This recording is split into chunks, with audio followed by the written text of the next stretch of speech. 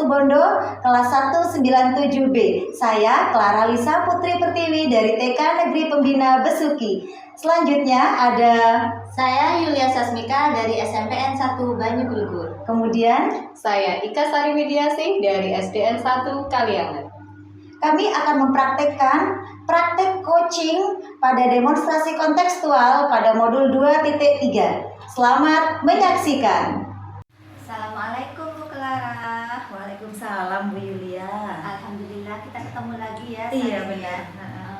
Saat ini Bu Clara ingin mengadakan proses coaching ya. Iya. Dan saya akan mengobservasi proses coaching yang akan Bu Clara lakukan. Baik. Nah, sekarang di pra-observasi ini ada beberapa hal yang ingin kita bicarakan. Di sini saya akan membicarakan tentang rubrik penilaian observasi. Saya yakin dalam proses coaching nanti Bu Clara sudah menguasai teknik-teknik dari seorang coach. Dan tentunya dalam proses coaching nanti seorang coach harus memiliki beberapa kompetensi yang harus dikuasai. Iya benar Bu. Dan saya yakin Bu Clara sudah menguasai semua itu. Insya Allah. Nah, untuk pra-observasi ini ada beberapa pertanyaan yang akan saya sampaikan. Itu yang pertama, kompetensi coaching apa yang akan Bu Clara tingkatkan atau kembangkan? Untuk proses coaching kali ini yang ingin saya tingkatkan, yang ingin saya kembangkan yaitu presence Ibu, kehadiran penuh, kemudian mendengarkan aktif, dan yang terakhir yaitu mengajukan pertanyaan berbobot. Mungkin itu. Betul sekali Bu Clara. Nah, dari ketiga kompetensi itu, kompetensi mana yang paling spesifik yang ingin Bu Clara observasi? Kayaknya nih dari ketiga yang tadi saya sebutkan, kayaknya lebih spesifik saya tuh pada kehadiran penuh Bu, sama mendengarkan aktif, kayaknya seperti itu. Itu memang hal yang paling penting juga ya dalam proses coaching. Kemudian yang pertanyaan ketiga, indikator ketercapaian dari pelaksanaan coaching ini apa kira-kira? Indikator ketercapaiannya yaitu ketika saya melakukan percakapan dengan menggunakan alur-tirta secara runtut. Kemudian yang kedua, saya dapat menggali ide-ide dari coach nanti, dan si coach dapat menemukan solusinya sendiri dari setiap permasalahannya. Seperti itu kayaknya Bu. Ya, seperti itu ya Ibu. Betul sekali. Jadi dalam pelaksanaan coaching kita juga harus bisa memenuhi beberapa kompetensi itu ya. Baiklah Bu Clara, saya cukupkan dulu untuk pra-observasinya. Saya akan mengobservasi proses coaching dari Bu Clara. Setelah proses coaching kita akan ketemu lagi pasca observasi, kita akan berbicara lagi. Baik, ya. Ibu. Semoga nanti lancar ya observasinya. Amin. Baik, kita ketemu nanti ya Bu Clara. Assalamualaikum Ibu. Waalaikumsalam. Bu Ika, mari silakan duduk. Ya Ibu, terima kasih. Gimana nih kabarnya Bu Ika hari ini? Alhamdulillah Bu, saya baik. Alhamdulillah. Tumben nih ngajak kita ketemu. Ada apa? Ya begini nih Bu, maaf loh Bu sebelumnya saya sudah mengganggu waktu Ibu ini. Ya, nggak apa-apa sih. Kenapa Bu? Gini Bu Clara, sebenarnya saya sedikit ada masalah di kelas dan itu membuat saya memikirkannya beberapa hari ini. Makanya saya datang ingin bertemu dengan Bu Clara. Saya ingin bicara dengan Bu Clara. Boleh ya Bu, saya minta waktunya untuk sekedar sharing. Boleh sekali Bu Ika. Jadi apa nih permasalahan yang Bu Ika alami? Jadi begini Bu, saya itu kan punya seorang siswa, dia itu sedikit sekali bicaranya, kemudian dia itu juga tidak konsentrasi dan kurang bersemangat itu kalau di dalam pelajaran. Saya tuh bingung, saya tuh harus gimana menghadapi siswa tersebut. Jadi permasalahannya itu ada siswa yang sedikit berbicara seperti itu ya, ada kurang konsentrasi gitu ya. Dari pertemuan kita apa yang Bu Ika harapkan? Nah itu tadi Bu, saya ingin mencari solusi bagaimana saya menghadapi siswa saya yang sedikit sekali bicaranya itu. Dan gimana ya Bu caranya menumbuhkan semangat siswa itu untuk belajar gitu Bu. Oh begitu. Jadi Bu Ika itu ingin mencari solusi bagaimana menghadapi siswa tersebut ya. Kondisi idealnya apa sih yang ingin Ibu dapatkan dari siswa tersebut? Saya tuh pengen siswa itu kalau diajak bicara ya merespon gitu Bu, merespon dengan kata-kata juga tentunya. Soalnya selama ini kalau ditanya itu cuman dengan gerakan badan saja, entah itu geleng-geleng seperti ini gitu Bu. Nah, makanya saya pengen, menurut saya kondisi idealnya itu ya dia harus bisa menjawab pertanyaan yang saya berikan, merespon dengan baik lah Bu. Kemudian saya juga ingin anak itu bersemangat kalau belajar, karena selama ini kalau belajar dia itu sepertinya tidak fokus sama sekali, pikirannya kosong seperti itu Ibu. Oh begitu. Menurut Wika nih, jika kita rating ya dari angka 1 sampai 10, berapa nilai ideal yang Ibu harapkan dari siswa tersebut? Dan kira-kira siswa tersebut berada di nilai berapa pada saat kondisi saat ini? Kalau menurut saya sih sepertinya masih di angka 5 deh Bu, anak itu. Dan saya berharapnya untuk kondisi idealnya itu setidaknya cukup 7 atau 8 lah Bu. Saya tidak berharap banyak juga kok Bu, setidaknya ada peningkatan seperti itu. Baik, selama ini langkah apa saja yang sudah Wika lakukan agar dapat mewujudkan kondisi ideal tersebut? Nah, selama ini yang pernah saya lakukan itu ya Bu ya, pertama saya sudah mengajak bicara anak itu. Kemudian dalam pembelajaran saya juga sering berusaha untuk berinteraksi dengan anak tersebut gitu ya. Lalu hasilnya bagaimana Bu? Ya belum sih Bu. Nah itu tadi, anak itu tetap merespon dengan gerakan badan saja. Dia tidak pernah merespon pertanyaan saya dengan jawaban yang saya inginkan seperti itu hanya. Oh, Gitu saja. gitu ya. Menurut saya ya langkah yang sudah dilakukan Wika itu sudah tepat gitu ya, sudah tepat. Kita memang perlu mencari tahu nih penyebab kondisi siswa tersebut. Kira-kira nih menurut pengamatan Wika, siswa tersebut tidak bersemangat pada mapel tertentu saja atau pada semua mapel? Dan pada kegiatan atau metode tertentu atau memang pada semua kegiatan? Sepertinya sih enggak kok Bu, enggak semua mapel itu. Soalnya saya pernah ketika mengajar IPAS ya Bu ya. Mengajar IPAS itu ketika saya menggunakan metode ceramah atau hanya menjelaskan saja, yaitu dia itu sepertinya sudah tidak semangat sama sekali. Dia hanya diam, terus menulis seadanya. Tapi ketika saya menggunakan metode demonstrasi, saya praktekkan secara langsung ya Bu ya, dengan benda-benda konkret yang ada di sekitar itu, dia tuh kok sepertinya memperhatikan sekali gitu Bu. Dia mulai fokus, dia mulai ya meskipun tidak merespon seperti teman-temannya, tapi dia itu benar-benar menyimak, mendengarkan seperti itu Bu. Kemudian di pelajaran bahasa Indonesia juga pernah saya menggunakan metode yang sama ya Bu ya. Setelah saya pikir-pikir, saya ingat-ingat lagi, iya ternyata ketika menggunakan metode demonstrasi itu, waktu itu kalau tidak salah materinya teks prosedur. Nah, saya kan menggunakan benda nyata ya Bu ya, untuk langkah-langkah pembuatannya seperti itu. Nah, dia itu juga memperhatikan Bu, sangat-sangat memperhatikan seperti itu Ibu. Iya, berarti berdasarkan pengalaman belajar tersebut ya, mungkin ada yang bisa Ibu simpulkan nih? Apa ya?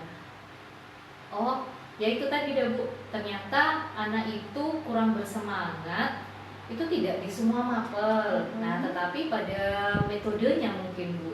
Kalau saya menggunakan metode ceramah atau sekedar menjelaskan, dia itu ya tidak bersemangat gitu Bu. Tetapi kalau saya menggunakan metode demonstrasi, itu ya anak itu terlihat sudah Bu, mulai memperhatikan, mulai ada keinginan untuk belajar seperti itu. Oh gitu ya, berarti bisa disimpulkan nih ketika Wika melakukan pembelajaran hanya menggunakan metode ceramah, anak itu kurang bersemangat, kurang fokus gitu ya. Tapi ketika menggunakan metode demonstrasi, anak itu terlihat sudah antusiasnya gitu ya Bu ya. Oke, kira-kira bagaimana nih Wika akan membuat siswa tersebut bersemangat terus dan antusias terus dalam setiap materi pembelajaran di kelas? Nah itu tadi saya mungkin harus lebih mempersiapkan metode yang akan saya gunakan ya Bu ya. Tidak hanya dengan satu metode, apalagi dengan ceramah atau penjelasan saja. Saya kira bukan hanya anak itu saja yang akan tidak bersemangat, mungkin saja teman-teman yang lainnya juga sama. Makanya saya harus memasukkan juga atau menggunakan juga metode demonstrasi itu Ibu pada setiap mapel. Meskipun tidak semuanya, mungkin ada materi-materi tertentu yang bisa saya gunakan metode tersebut Ibu. Nah, itu ide bagus Bu Wika. Selanjutnya nih, bagaimana dengan sikap anak tersebut yang sedikit sekali bicara katanya tadi kan? Ya. Bagaimana langkah Ibu untuk membuatnya lebih aktif dalam ngomongnya, dalam komunikasinya nih? Baik, kalau tadi saya kan sudah mencoba bicara berdua ya Bu ya, ternyata responnya seperti itu. Gimana ya? Atau gini ya Bu ya, dia kan adalah teman sebangkunya gitu kan Ibu ya, teman sebangkunya. Gimana kalau saya coba minta temannya itu untuk selalu mengajak dia bicara mungkin ya Bu ya? Itu ide bagus itu, langkah-langkahnya bisa Ibu lakukan. Terus langkah yang sederhana namun sesuai dengan tujuan yang Ibu lakukan, Ibu Wika harapkan itu apa? Sepertinya saya kan lebih banyak mengajaknya bicara gitu Bu, baik itu di dalam pelajaran maupun di luar kelas mungkin ya, di luar pelajaran saya juga akan sering mengajak anak itu berbicara. Kemudian saya akan minta teman sebangkunya dulu karena dia yang lebih dekat ya Bu ya, untuk bisa aktif mengajaknya bicara. Nah, kalau sudah teman sebangkunya saja dia merespon, insya Allah kepada teman-teman lainnya juga mungkin bisa. Nah, kalau sudah terbiasa seperti itu kan dalam pembelajaran pun mungkin akan sama Ibu. Apalagi dengan kalau dia sudah tertarik dengan pelajarannya, ya mungkin suaranya nanti bisa keluar. Iya, itu ide yang bagus sekali, langkah-langkahnya juga bagus. Sudah dimunculkan nih sama Bu Wika nih. Nah, selanjutnya nih, Bu Wika akan memulai rencana ini kapan nih kira-kira? Berhubung sekarang anak-anak sudah selesai ya Bu pembelajarannya, insya Allah nanti malam saya akan membuat rencana pembelajaran untuk besok itu dengan yaitu metode yang bervariasi lagi Bu, sehingga besok saya sudah siap untuk mempraktekkan kepada siswa seluruhnya, dan saya juga akan mulai meminta temannya itu berbicara aktif dengan dia yang mulai besok itu. Wah, itu bagus sekali Bu Wika, lebih cepat lebih baik kan ya. Ya. Alhamdulillah akhirnya ada solusi ya Bu. Iya Bu Clara, terima kasih banyak sudah mau mendengarkan curahan hati saya. Akhirnya kita bisa dapat solusi ya Bu ya. Plong ya. Plong rasanya Bu. Tinggal pelaksanaannya saja. Iya benar, sama ya sudah, saya senang sekali ngobrol-ngobrol dengan Bu Wika. Semoga semua rencana yang Bu Wika rencanakan tadi, kegiatannya itu berjalan lancar dan sesuai dengan harapan. Iya, amin. Saya tunggu informasi perkembangan selanjutnya ya. Iya Ibu, insya Allah nanti setelah saya melaksanakan rencana saya akan update ya Bu ya. Iya, perkembangannya. saya siap mendengarkan lagi nih. Iya, sekali lagi terima kasih Bu Clara. Iya. Mohon maaf sudah mengganggu waktu. Tidak apa-apa, sama-sama. Saya permisi ya Bu. Iya, terima kasih. Assalamualaikum. Bagaimana Bu Clara? Alhamdulillah coachingnya sudah selesai ya. Iya Bu, alhamdulillah baru aja selesai nih proses coachingnya. Dari hasil observasi saya ini, saya ada beberapa pertanyaan yang ingin saya sampaikan ke Bu Clara terkait dengan hasil observasi yang saya catat di sini. Iya. Setelah melakukan coaching, apa yang sudah Bu Clara lakukan dan indikator ketercapaiannya bagaimana Bu Clara? Dari proses coaching yang telah saya lakukan tadi, saya sudah melakukan proses kemitraan gitu ya Bu ya. Saya melakukan kemitraan itu maksudnya itu tidak ada perbedaan antara saya dan coach, seperti jadi setara gitu loh Bu. Jadi coach itu nyaman menyampaikan sesuatunya kepada saya. Kemudian yang kedua, saya sudah melakukan proses kreatif. Proses kreatif di sini seperti ketika saya menanyakan beberapa pertanyaan kepada coach, sehingga coach dapat menjawabnya dengan penuh menjawabnya itu dengan menggunakan ide-idenya seperti itu, sehingga muncul solusi dari si coach sendiri. Yang kemudian yang ketiga yaitu menggali potensi yang dimiliki oleh si coach, seperti itu Bu tadi. Ya itu saja Bu. Benar ya Bu, seperti yang sudah Bu Clara sampaikan, ternyata memang sudah sesuai dengan apa yang dari hasil catatan saya waktu mengobservasi Bu Clara. Berdasarkan hasil coaching tadi, kira-kira kompetensi apa lagi yang ingin Bu Clara tingkatkan atau dikembangkan? Terus terang, tadi kompetensi inti yang ingin saya kembangkan dalam proses coaching tadi, yaitu pertama adalah presence gitu kan Bu, dan mendengarkan secara aktif gitu kan.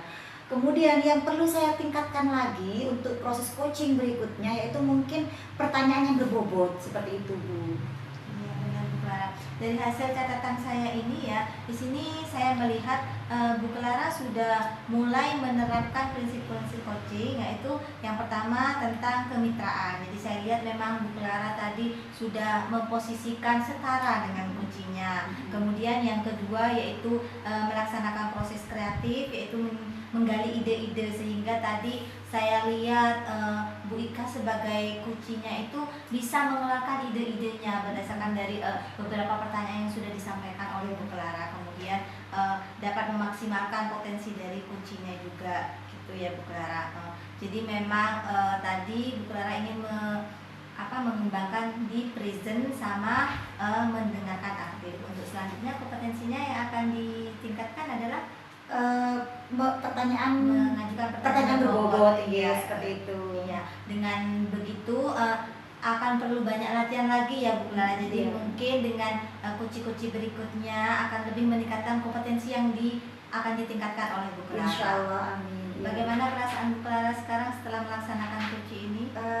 Alhamdulillah saya jadi jadi dapat melakukan praktek coaching ini dengan baik gitu Bu, karena sebelumnya memang saya belum pernah melakukan hal ini gitu Bu. Jadi memang sejujurnya untuk peningkatan kompetensi saya harus lebih banyak melakukan praktek-praktek seperti ini, seperti itu. Dari hasil observasi kali ini saya lihat Bu Clara sudah sangat bagus. Jadi nanti selanjutnya mungkin akan lebih baik lagi dari latihan-latihan atau pelaksanaan coaching selanjutnya. Iya Bu, Insya Allah Ya, siap Bu. begitu saja ya Bu. Iya. Mudah-mudahan kedepannya bisa lebih baik lagi. Amin. Terima kasih banyak Ibu. Sama-sama. Assalamualaikum.